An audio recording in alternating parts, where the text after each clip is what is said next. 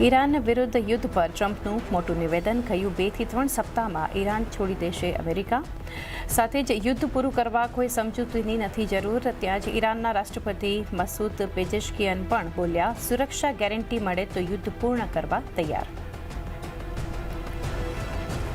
પશ્ચિમ એશિયામાં યુદ્ધ પૂર્ણ થવાની આશાએ ગ્લોબલ બજારોમાં સારી તેજી. ગિફ્ટ નિફ્ટીમાં 350 પોઈન્ટ્સનો ઉછાળો. એશિયામાં પણ મજબૂતી.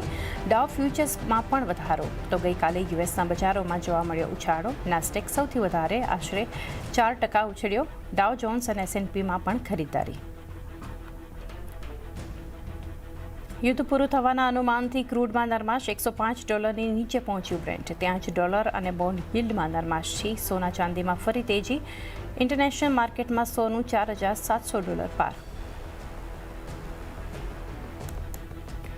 ઇન્ટરગ્લોબ એવિએશનને બ્રિટિશ એરવેઝના ભૂતપૂર્વ ચીફ વિલિયમ વોલ્શની કરી નવા CEO તરીકે નિમણૂક. 3 ઓગસ્ટથી સંભાળશે પદ.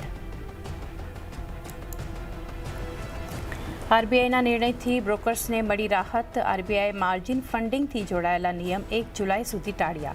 બેંક, બ્રોકર્સ અને ઇન્ડસ્ટ્રીએ સમય મર્યાદા વધારવાની કરી હતી માંગ.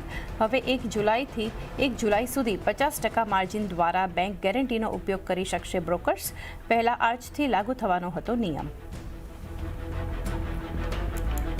અને ઇન્ડસ્ટ્રીયલ પ્રોડક્શનમાં મામૂલી વધારો. ફેબ્રુઆરીમાં આઈપી ગ્રોથ 5.1%થી વધી 5.2% પર. મેન્યુફેક્ચરિંગ, કેપિટલ ગુડ્સ અને કન્ઝ્યુમર ડ્યુરેબલમાં આવ્યો વધારો.